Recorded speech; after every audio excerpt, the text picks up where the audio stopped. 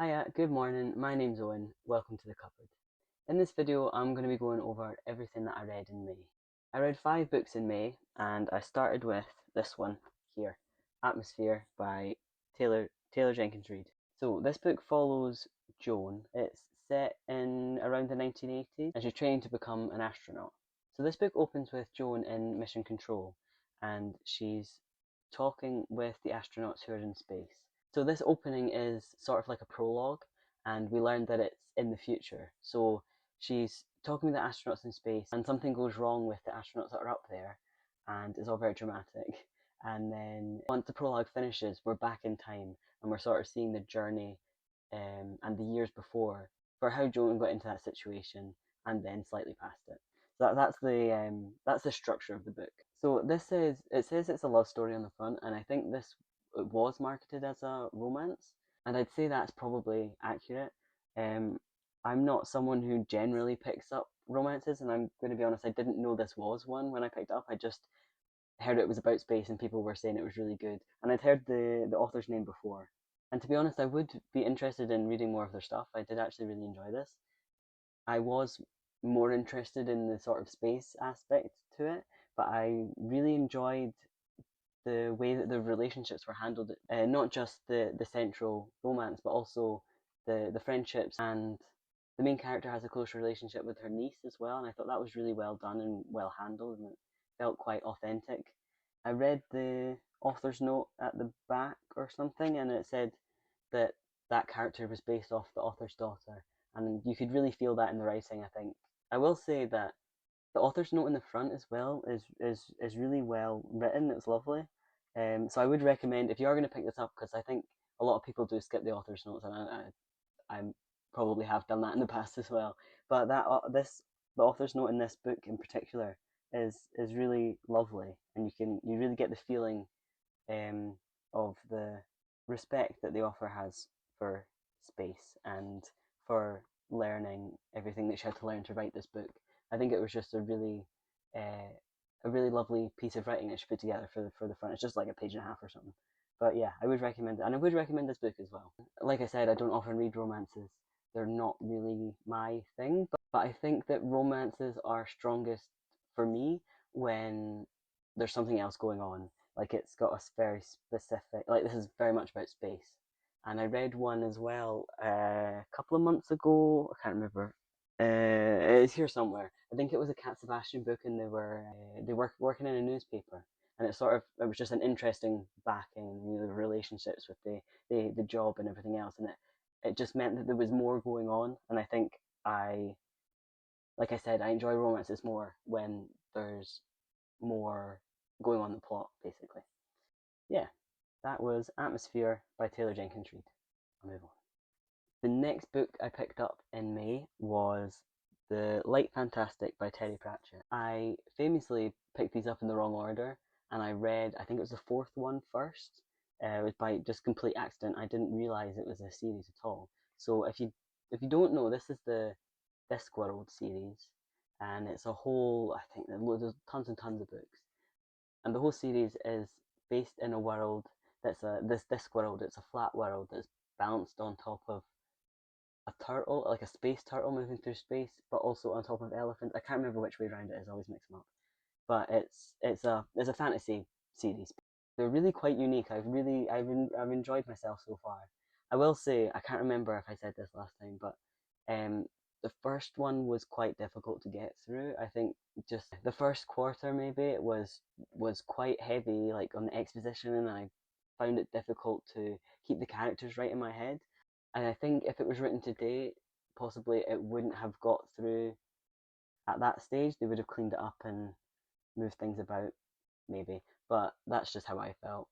Yeah, this is the second one, and I found this one far easier to get through than the first one. I did not have any issues with the fourth one. The fourth one I really enjoyed. It was Mort, it was called.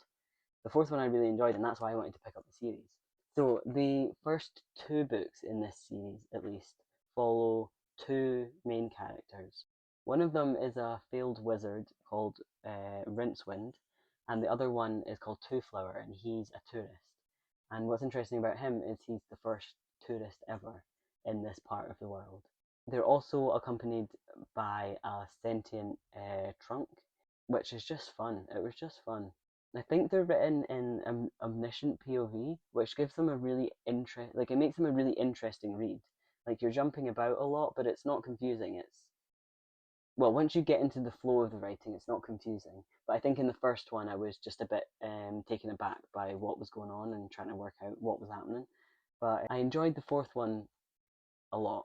I'm reading the third one currently. The first one I probably enjoyed the least, and they have just got better and better the further in I've got. So I definitely would recommend them. If you're going to read them, take your time with the first one and persevere. They're really like enjoyable little reads. So that is The Light Fantastic by Terry Pratchett. The next thing I read was The Handmaid's Tale by Margaret Atwood. I don't think this book needs an introduction. Since the series came out, it's just kept getting more popular. And I don't know why it's taken me so long to pick up the book because I didn't watch the series either because I wanted to read it first. So I finally picked it up and it didn't disappoint. It's really difficult to put this book into words, but if you haven't heard of it, it's set in a sort of near future. So our past is their past as well, but they're living in a imagined society that has been formed on our society. So we are following the main character of Offred in the society to try and combat a lowering birth rate. They've controlled women to an extent that they are no longer viewed like people.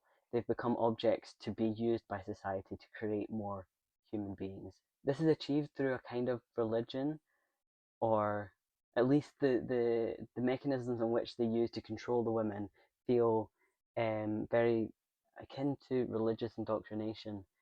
It's quite a heavy book, and I find it difficult to say that I enjoyed it because I didn't particularly enjoy it. Like, it's a really good book, and I didn't ever want to put it down. In the same way, I also didn't have fun. like it's very difficult to pinpoint what makes it good because it's so like uncomfortable, and in this world you can see how it happened, and you can see all the elements of our society that were built upon to get to that point. And in that sense, it's quite scary because you can see the way in which this could happen, is what I'm trying to say. If there's any way that anybody watching hasn't read this or heard anything about it, definitely give it a read, give it a go. Probably check the trigger warning. Some people, I'm sure there's stuff in this that some people wouldn't be able to get through. So just be conscious of that. But absolutely worth to read if you can, definitely. Okay, this is talk about a vibe change. My next book I read, this was on my TBR actually, is How to Kill Your Family by Bella Mackie. I said in that video actually, I thought it was going to be funny, and it was quite funny to be fair. It has got quite a light-hearted voice, although I will say I think I enjoyed it less than I thought I was going to. It was perhaps a little bit too long, maybe. I don't know. I think it dragged a bit in the middle. It felt a bit formulaic, like when she was moving between people. Anyway, I'll start from the beginning. We are following Grace. It opens with Grace in prison, and we learn in the little prologue that she has killed 6 members of her family. However, the hook of the whole thing is that she is currently in prison for a murder that she did not commit. And then the book goes back in time and we see all of the events happen and her justifications for everything that she does.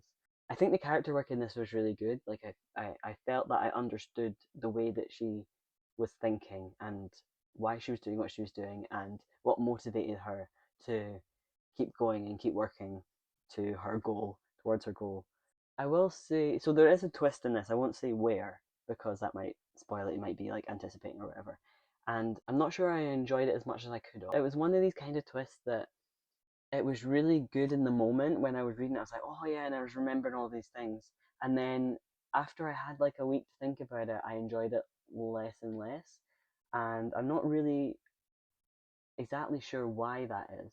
I think I understand what the writer was trying to do with the ending. However, it just felt a little unsatisfying. Like, it wasn't bad. I've definitely read worse books, and I definitely would still recommend this to people. However, I think just personally it fell a little flat for me. I don't know if I didn't read enough, I read it quick enough, because often that can happen with me. Is if I've been reading a book for too long, then I just want it to be over. But I mean, I still read it in like a week, but the middle part of it felt a bit like we were just trying to get along to get to the fun stuff instead of actually being enjoyable in the moment. But that makes it sound really bad. It wasn't really bad. Like, it was a good book. I just had there was like little bits that I had issue with, or that I felt like maybe could have been done a wee bit better. But on the whole, it was good and it was quite funny, and I would recommend it. Moving on to the last book I read in May, was also on my TBR, so I've done quite well. That was two out of three, well, 2 out of 4 technically. But the last book is The Girl on the Train by Paula Hawkins. I think I said in my TBR video that I often, when the books are more popular, I think I build them up a bit in my head, and perhaps I'm building myself up for a disappointment, even when they didn't necessarily have to be. And I think perhaps that's what happened with this book.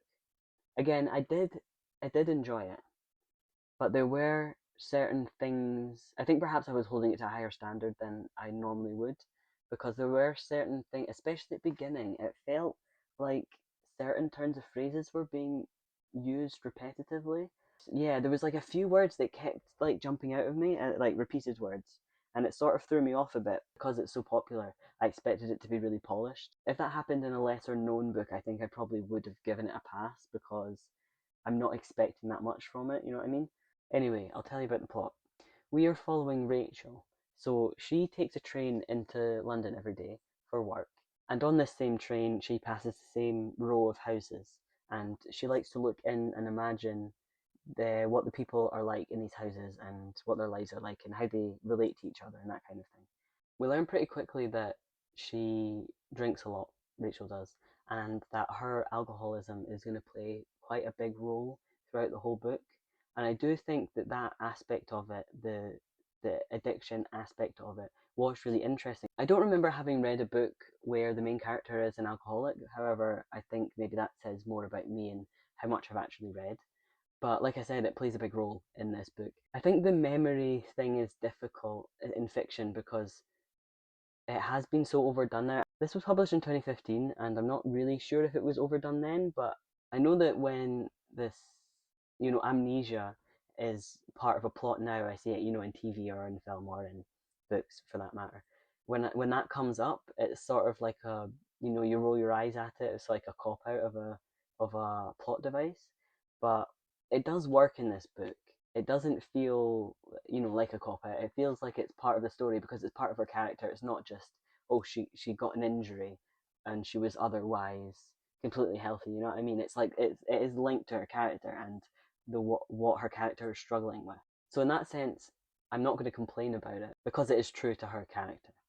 I think this book does a lot of interesting things when discussing masculinity, and the way that sort of casual violence is excused in sort of interpersonal relationships, especially if those people are married. There was a lot of talk around children and how conflict can arise out of those kind of conversations about the uncertainty of like starting a new family, and sort of like the general insecurity that comes with pregnancy. And I'm being really vague because I don't really want to spoil it, but I think again with this one, if you're sensitive to that kind of thing, I would check your trigger warnings. But yeah, lots of interesting talk about similar topics across characters, but it's unique to each person, each character, and I think that aspect of it was done really well.